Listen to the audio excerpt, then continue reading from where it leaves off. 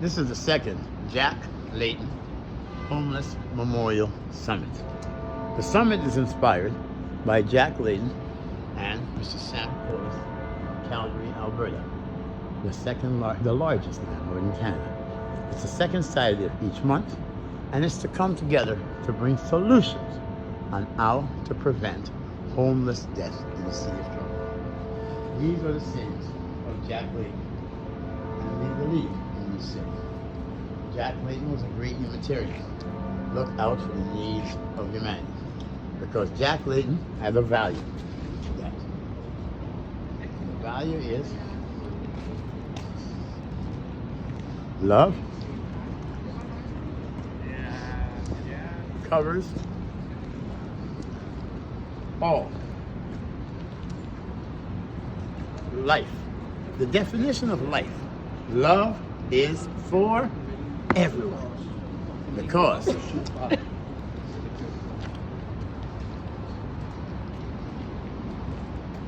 life is too precious to leave to die on the streets. So join us every second Saturday of the month for the Jack Layton Homeless Memorial Summit. We wish to carry on the love and the legacy of Jack Layton, fighting for those who are less fortunate in this city.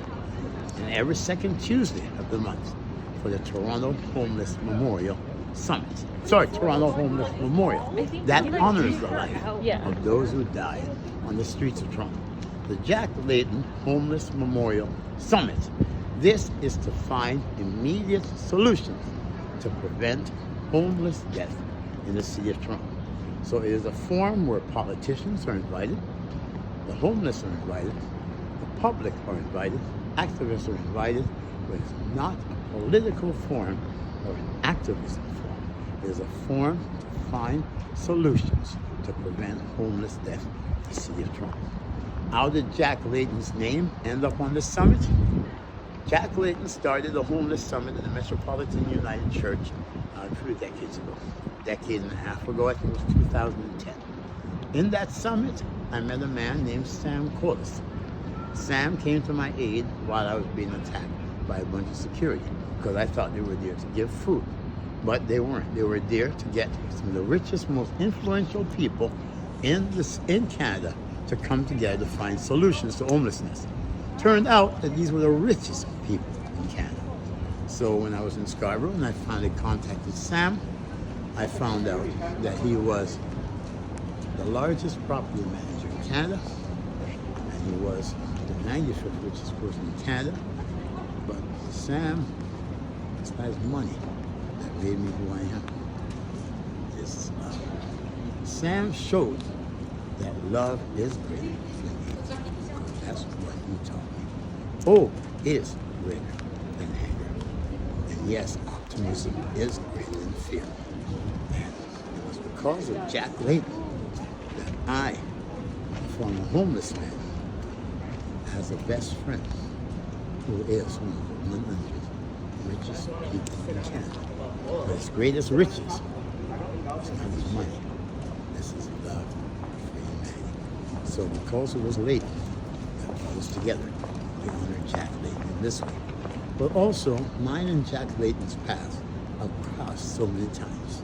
In his first federal election in Broadview, Greenwood, Jack Layton faced Dennis Mills and myself, Mr. Kevin Clarke.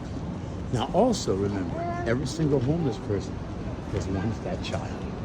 So we must take care of the children and when they grow up.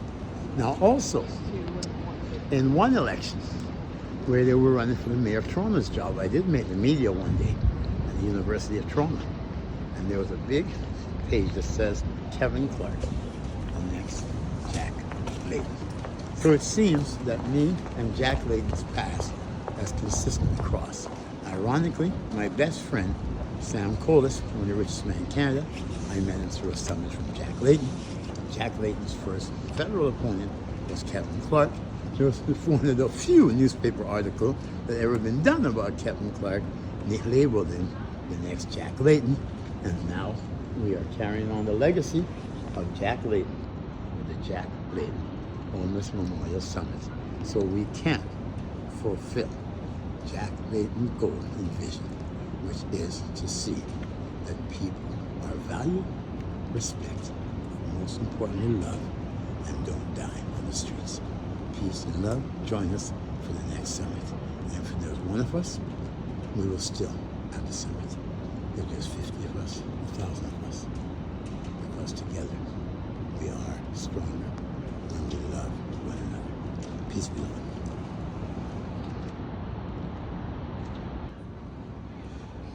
Okay, we are at the Toronto Homeless Memorial for the Jack Layton Homeless Memorial Summit, and we're going to discuss on what causes people to fall into homelessness. Not what causes people to die.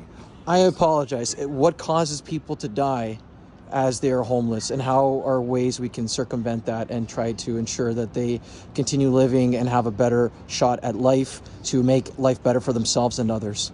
So we're going to move on to Bonnie, and she's going to give her thoughts, and then we'll move on forward. The cold weather. There should be warming centers. And no hostile architecture that discourages people from sleeping on vents that keep them warm. Okay, thank you, Bonnie. Now, what I find when I was homeless decades ago, and I'm quasi-homeless now because I'm facing some attacks in my home, is that a lot of people, the shelter system, give more rights to the employees than they do to the people living in the shelters. We're also paying full amount. I think we're paying $90-something a day to house each homeless person. So we're looking at about $2,000 a month. But yet those homeless people are only being housed for 2/3 of the day. So at 8 a.m. in the morning, 7:30 they'll wake you up. You have to leave by 8:30. Rain, snow, or sleet, it could be the freezingest cold weather, you have to leave the shelter. And you're not allowed to come back in until 4:30, 5:30, 6:30. That's why a large amount of people end up dying on the streets. Because when they leave the shelter, they're freezing cold. So they have to go out on a steam crate or go in a cubby somewhere and shove in their blanket. And then eventually, people start dropping them some money, and they get hooked to the money. But it's like, hold it, I got some money. It's freezing cold. They're going to run to the drugs, or they're going to run and get some alcohol. We have to see that shelters are open. If you can house somebody at 24/7, they are allowed to go into your home. How can we pay over $2,000 a month for each homeless individual when the rent for a one-bedroom is $1,500? Why wouldn't we spend the $1,500 for a one-bedroom where we don't even have to supply the food? We don't have to supply the cleaning. But that's why the city is running things. And we believe that if you're going to say you're going to hear for the homeless, if you're there for the homeless, don't be there for them part-time. Because if you're only there for them part-time and you kick them outside on the other time, that's why so many people are dying. Today I posted 3 articles. One of them is of a woman named Crystal. She was found dead in a clothing bin. Why wasn't she able to go to a shelter? Was she banned for a shelter? What was she banned for? There has to be alternative measures for people who are bad. You can't say they're bad, throw them out in the streets and let them freeze to death. And then we complain when they die. Then there was another lady. She was where I was living. I used to live at Bay and Adelaide. And she ended up getting what? Ran over by a garbage truck because it had snowed that day. And she was underneath the snow. So why did not no city workers came to her aid? Why did no one come to her aid? How can you say we love if we do not look out for those who are less fortunate in their time of need?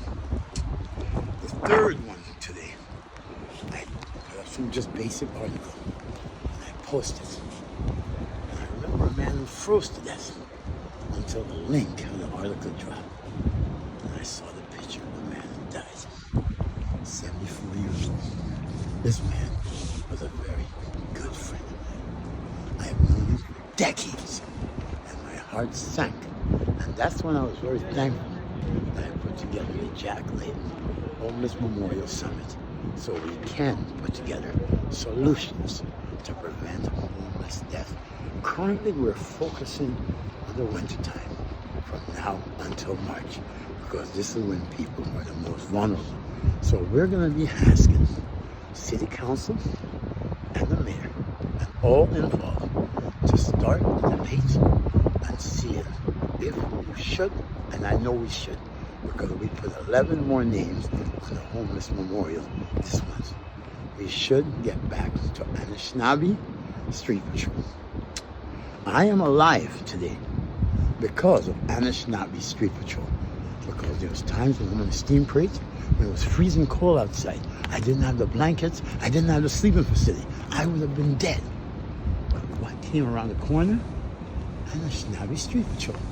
And they brought us blankets, they brought us sleeping bags, they brought us food, they brought us coffee. We need to now start back street patrol, so that street patrol, if we're taking people out of the shelters to where they end up on the streets and they have no other alternative, then the least we can do is to put together street patrol, so that street patrol can do a regular check of all those who are sleeping on the streets, so we can track them. And if they get into a situation where it's extremely cold or it rains, then we send street patrol out to get them new clothes or clothes that are dry.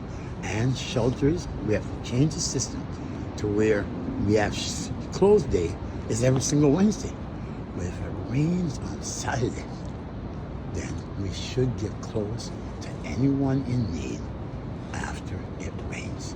If it was an extreme cold weather and they were out there and it suddenly warms up and their clothes were soaking wet, someone should not have to wait until the closing day for them not to risk dying of pneumonia. So we're looking for the city to start a debate on Anishinaabe and consult with Anishinaabe. But we don't want the consultant to take 6 months. From now till December, we hope that Toronto City Council, the new council, will make it a main priority to find out what did it cost to run Anishinaabe Street Patrol, and see if we start installing street patrol to make sure that people who are vulnerable outside in extreme cold weathers, that they're not at risk of dying. So this is the Jack Layton Homeless Memorial Summit, and one of our solutions today is for us to start back street patrol, number one. Our second solution is that people should not be kicked out of the shelters at 8:30 and not be able to return at 4:30. Shelters should be 24 hours where they should have access, because when they kick them out, if you don't have a locker, or if you're just someone there for a night, you have to take all your possessions. All your possessions. Can you imagine? You've got 5-6 bags of your clothing and everything, your memorabilia, and it's freezing cold outside, and you have to travel with those bags all day from 8:30 until 4:30. Would you be able to live that way? No. So it is time for us to start doing what Jack Layton said to do. And this one here is something. Love greater than anger. City workers and staff, they get angry at the homeless because they speak back or whatever it is. And that anger leads us to do things like what happened with John Tory at Lamport Stadium. He was angry because they went against him, and they went into a park and they stayed in the park. But then he had said the parks belong to everyone. And then you spent $2 million out of that anger to show these homeless people that you are in control. You're the mayor.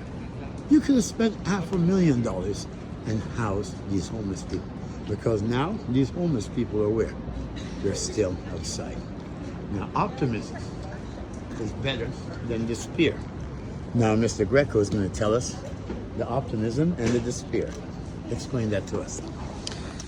Okay, so first off, I want to say those are very powerful words, Mr. Clarke, and it's an honor to be part of this. You know, like I've lived a very privileged life on the sweats and tears and hard work of my grandparents and my parents. So I haven't had firsthand experience with homelessness, but given the privileges that I have, I hope to give back to the community and to help those in need. And with regards to optimism, better than despair. You know, not that I've had the worst trek, because I obviously haven't. We've all had different varying levels of optimism and despair and high points and low points of life. However, in the past year, I've had people go out of their way to attack me because I ran for politics, as all three of us have, really. But I've had a media company completely slander me, make up lies about me, take pinches of truth and just use that to sprinkle it on all the rest of the lies that they said to make me out to be someone I'm not. And then on top of that, I end up randomly getting stabbed by someone who's suffering from mental health on the TTC the following year. And those are... Illness. Yeah, I believe he had schizophrenia. I could be wrong, but that's what I'm understanding. That's how they treat the homeless, though. It's like they treat the homeless like they're basically like, yeah, we can say whatever we want. We can do whatever. We can use your track record in your past. We can say you were just homeless, you were a criminal, you used drugs, you whatever. But it's the content of the character of the individual. Absolutely. And that's what we must focus on. Absolutely. Right? So let's swing. Oh, are you finished there? Yeah, I was just about to say that, yeah, even though these things happen, and I even said this on the news when they were interviewing me, I made it very clear. I said, you know what? These are things, like, as they were reporting it on the news, like, okay, people might be scared about going on the TTC. I'm like, don't let the despair get to you. Yes, we have to be careful. We have to be vigilant. We have to come up with strategies to protect ourselves, but we need to be optimistic and we need to extend our arms and love one another, because that's what we need the most. And that's what I feel that my attacker needed the most, because who knows what led him to where he is now today. And right now he's at an incarceration center that focuses on inmates with mental health concerns. So I hope he gets the help that he needs, and that way he can find the optimism and be able to reintegrate into society without harming anyone ever again. And if he does find the optimism, what's going to happen is that he would have lost his home and everything, and he will end up homeless in the streets of Toronto, right? So we must assist people according to their needs and don't stigmate everybody on the one main coat, right? Sure, they all don't have a roof, but we must also start isolating on those that we can give opportunity to, because the hope is there. Just like Sam Collis gave me the opportunity. And today, I'm standing up fighting for those who are voiceless. What if Sam wasn't there for me? I would have froze to death in the street numerous different times, right? I wouldn't be able to do the children's events I do. I wouldn't have been able to go out there and help my community. Sam believed in me, just like Jack Layton believed in those who were homeless, because Jack Layton knew the secret. But we've been keeping secret for so long. People are going to tell you that we need more money, we need more money. It wasn't money Sam Collis used. It was love he used, and great guidance. And that's what made me who I am today. So we're going to move over here to hope. It's better than fear. We fear the homeless. We fear the homeless because we say that we're threatened, right? Because what? Because we will eventually realize that the homeless is you and me. We're no different than none of us. The only thing that's different is And children too. their loss of hope. And when people lose hope, where do they end up? They end up on alcohol, dope, violence, and social decay. So, in closing, we are going to go and we are going to send a clear message that love, the law of values is equality. And when it comes to you and me and the homeless, we all have a right to equally breathe the breath of life. And that is why we must combat homeless death by covering the homeless with a roof to lay their head, so they don't end up on the streets where they end up dead. Because all live life. We all live life. So the homeless does not live less of a life than you do, because we're all blessed as long as we love. Life. Love is for everyone.